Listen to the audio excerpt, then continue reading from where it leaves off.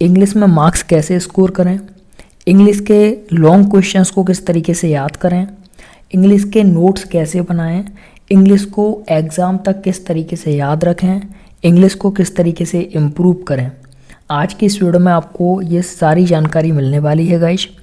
तो मैं अभिषेक सक्सेना आज की इस वीडियो में आपका स्वागत करता हूं और मैं आपको इन सभी जानकारियों को प्रोवाइड करूंगा कि किस तरीके से आप लोग इंग्लिश में अच्छे से अच्छे मार्क्स स्कोर कर सकते हैं, किस तरीके से आप अपने एग्ज़ाम में इंग्लिश का अच्छा स्कोर कर पाएंगे, इंग्लिश को याद कर पाएंगे, इंग्लिश के क्वेश्चंस को बहुत ही आसानी से लिख पाएंगे।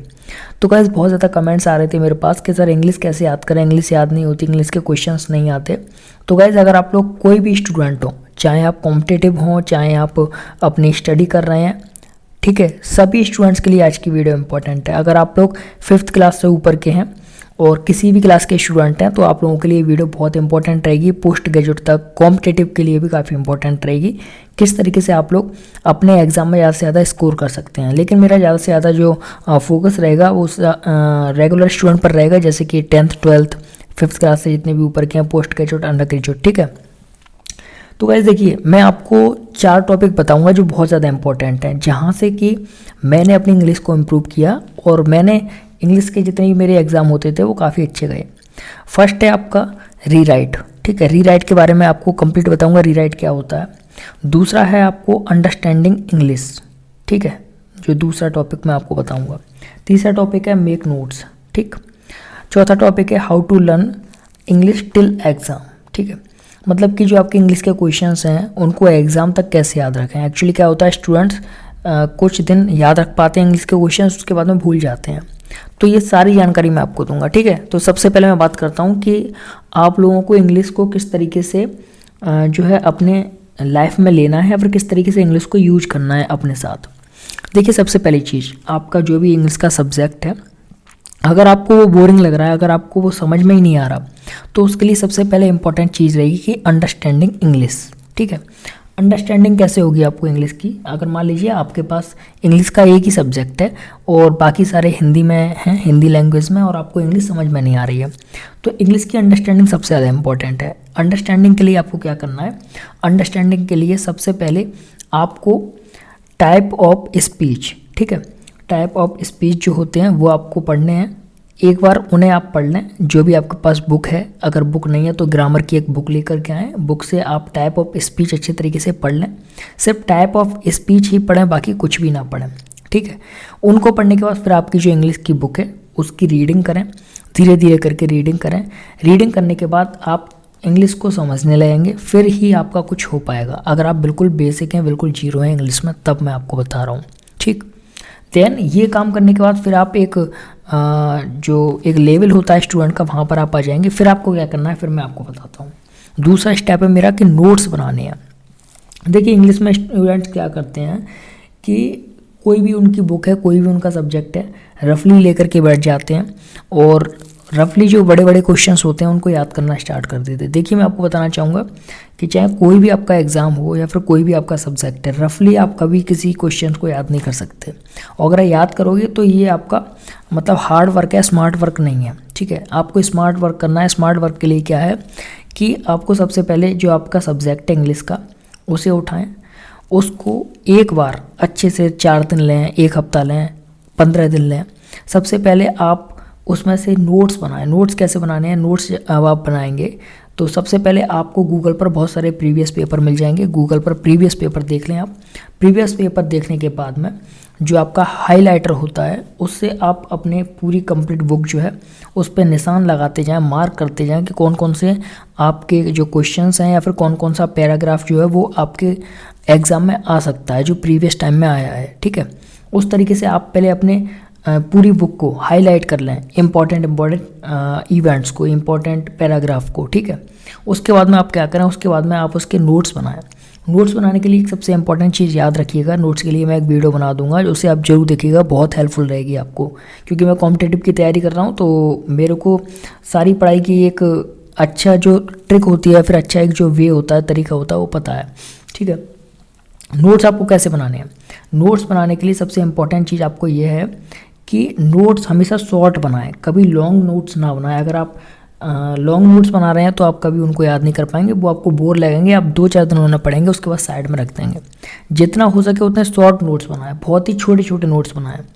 एक क्वेश्चन अगर आप लिख रहे हैं कितना भी लॉन्ग है, उसको कोशिश करें कि शॉर्ट में लिखें और अपनी लैंग्वेज में लिखें, उसको बुक की लैंग्वेज में आप ना लिखें। जो आपकी अपनी लैंग्वेज है, नॉर्मल लैंग्वेज है, जो कॉमन लैंग्वेज है, उस लैंग्वेज में आप इंग्लिश को लिखें। मान लीजिए उसमें वोकैबुलरी ज़्यादा डिफ़िकल्ट है तो आप इतनी डिफ़िकल्ट वोकैबुलरी ना लिखें, गूगल से ट्रांसलेट करें उसका आंसर, और जो उसमें कॉमन इंग्लिश होती है उसकी जो कॉमन वोकैबुलरी है उसके साथ आप नोट्स बनाएं इंग्लिश के, ठीक है। देन आपको क्या करना है, जब आपके नोट्स बन जाते हैं, आपको इंग्लिश की अंडरस्टैंडिंग हो जाती है, उसके बारे में भी आपको बता दिया। 2 चीज़ें आपकी हो गई। तीसरी चीज़ होती है नोट्स बनने के बाद में आपको नोट्स पढ़ने हैं। 2 से 3 बार आप पहले नोट्स पढ़ लें, ठीक है। नोट्स पढ़ने के बाद में क्या है, सबसे ज़्यादा इंपॉर्टेंट जो है रीराइट। एक्चुअली रीराइट क्या होता है, मोस्टली आपको हर एक टीचर कहता है कि क्वेश्चन पढ़ने के लिए आप ज़्यादा से ज़्यादा उसे पढ़ें, ज़्यादा से ज़्यादा याद करें और कई बार याद करें, रिवीजन करें। लेकिन मैं आपसे कह रहा हूँ कि रिवीजन से ज़्यादा आप रीराइट करें। देखिए कोई भी क्वेश्चन है, कोई भी पैराग्राफ है या फिर कोई भी वर्ड है, अगर आप उसे बार बार लिख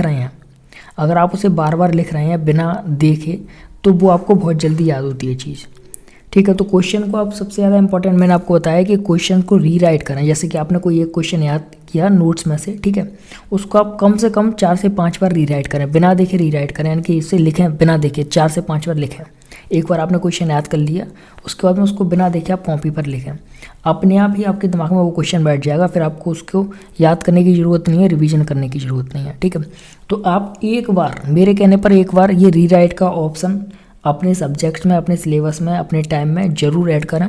आपको रीराइट से बहुत ज़्यादा फ़ायदा होगा। कोई भी आप रैंडमली कोई सा भी सब्जेक्ट उठा लें, कोई सा भी क्वेश्चन उठा लें, आप उसको रिवीजन एक बार करें, रीराइट उसकी 5 से 6 बार कर लें, तो आप लोग उस क्वेश्चन को बहुत आसानी से पढ़ लेंगे, बहुत आसानी से याद रख पाएंगे लॉन्ग टाइम तक, ठीक है।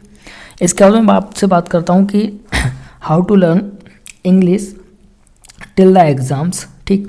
मतलब कि जो आपकी इंग्लिश है या फिर जो आपकी इंग्लिश के क्वेश्चंस हैं वो एग्ज़ाम तक कैसे याद रखें। देखिए ये काफ़ी इंपॉर्टेंट टॉपिक हो जाता है कि क्या होता है कि जैसे कि आप लोगों ने इंग्लिश के क्वेश्चंस याद किए, बहुत 15 से 20 दिन आप याद रख पाते हैं, और आपके एग्ज़ाम अगर 2 से 3 महीने बाद है तो आप लोग वो भूल जाते हैं। इसके लिए एक इम्पॉर्टेंट चीज़ ये है कि आपको एक टाइम बनाना है, हर चीज़ का एक टाइम मैनेजमेंट होता है, जिससे कि अगर आप चलते हैं तो आपको सारी चीज़ें आपके दिमाग में बैठी रहेंगी। सपोज़ दैट आपने कोई भी क्वेश्चन आज पढ़ा है, ठीक, आज पढ़ा है आपने, कोई भी क्वेश्चन हो, कितना भी छोटा है कितना भी बड़ा है, जस्ट आज से 7 दिन बाद, 1 वीक बाद, ठीक है, 7 दिन बाद आप लिख लें कॉपी पर, एक अलग टाइम टेबल बना लें कि 7 दिन बाद मैं इस क्वेश्चन को या फिर इस चैप्टर को या फिर इस नोट्स को रिवीजन करूँगा और रीराइट करूँगा। आप ऐसा सिर्फ कैसे करें, सपोज दैट पहली बार आपने एक बार पढ़ा, कोई भी क्वेश्चन है, मैं आपको बता रहा हूँ समझिएगा। पहला कोई भी क्वेश्चन है, क्वेश्चन ए है, क्वेश्चन ए को आपने एक बार सबसे पहले बार पढ़ा, ठीक है। देन आप क्या करेंगे, उसका रिवीजन करेंगे 7 दिन बाद, ठीक, रिवीजन और रीराइट दोनों चीज़ करेंगे 7 दिन बाद। उसके बाद में 7 दिन जब हो जाएंगे रिवीजन कर लेंगे, उसके बाद जो उसका रिवीजन होगा वो करेंगे आप। पहले तो आपने 7 दिन का गैप दिया, ठीक है, इसके बाद आप देंगे उसमें 14 दिन का गैप, ठीक है। उसके बाद में आप क्या करेंगे, उसमें देंगे 21 दिन का गैप, यानी कि जो आपका रिवीजन होगा उसमें रिवीजन में आप अपना रिवीजन और रीराइट में अपना गैप बढ़ाते चले जाएंगे, लेकिन रिवीजन करेंगे ज़रूर। मान लो पहले आपने फर्स्टली पढ़ा पहले दिन, उसके बाद आप उसको रिवीजन करेंगे 7 दिन बाद, उसके बाद 7वें दिन जब आपने रिवीजन और रीराइट कर लिया, फिर उसके जस्ट 14वें दिन बाद आप उसका रिवीजन और रीराइट करेंगे, फिर 14 दिन बाद रीराइट और रिवीजन कर लेंगे, फिर जस्ट उसके 21 दिन बाद आप रीराइट और रिवीजन करेंगे। ऐसी चीज़ें आपके दिमाग में बैठी रहेंगी, आपका टाइम भी कम कंज्यूम होगा, आपका टाइम भी बचेगा और आप चीज़ों को बहुत आसानी से लॉन्ग टाइम तक याद रख पाओगे, आपको परेशानी भी नहीं होगी, बहुत आसानी से आप इंग्लिश को जो है समझ पाओगे। अब गाइस एक इंपॉर्टेंट अपडेट ये आ जाती है, जो बिल्कुल ही बेसिक बच्चा है जिसने कभी इंग्लिश ही नहीं पढ़ी या फिर इंग्लिश समझ में ही नहीं आती और वो इंग्लिश समझना चाहता है, या फिर ऐसा बच्चा है जिसके पास इंग्लिश मीडियम है लेकिन इंग्लिश मतलब कोरोना की वजह से बच्चे पढ़ नहीं रहे हैं आजकल, तो उन्होंने इंग्लिश की किताबें ही नहीं पढ़ी हैं कम से कम 1-2 साल से, जिससे कि उनकी जो ट्रांसलेटिंग है या फिर जो पढ़ने की स्किल्स हैं वो सब ख़राब हो गए हैं। तो ये सारे कैसे आप रिकवर कर पाएंगे, किस तरीके से आप इंग्लिश पर फोकस बना पाएंगे। अगर आप चाहते हैं कि इस तरीके की वीडियो आपको प्रोवाइड करूँ तो मैं बहुत जल्दी प्रोवाइड करूँगा, लेकिन एक शर्त रहेगी, जिससे कि मैं आपको बता दूं, अगर आप इस वीडियो को कम से कम 1000 लाइक प्रोवाइड करते हैं तभी मैं आपको नेक्स्ट वीडियो बनाऊंगा, जिसमें कि आपको इंग्लिश का पूरा बेसिक टू एडवांस बताऊंगा, किस तरीके से आप इंग्लिश को रिकवर कर सकते हैं, किस तरीके से आप इंग्लिश को अच्छे से अच्छे तरीके से इम्प्रूव कर पाएंगे। तो थैंक यू सो मच दोस्तों, मिलते हैं अगली वीडियो में, तब तक के लिए बाय बाय, थैंक यू।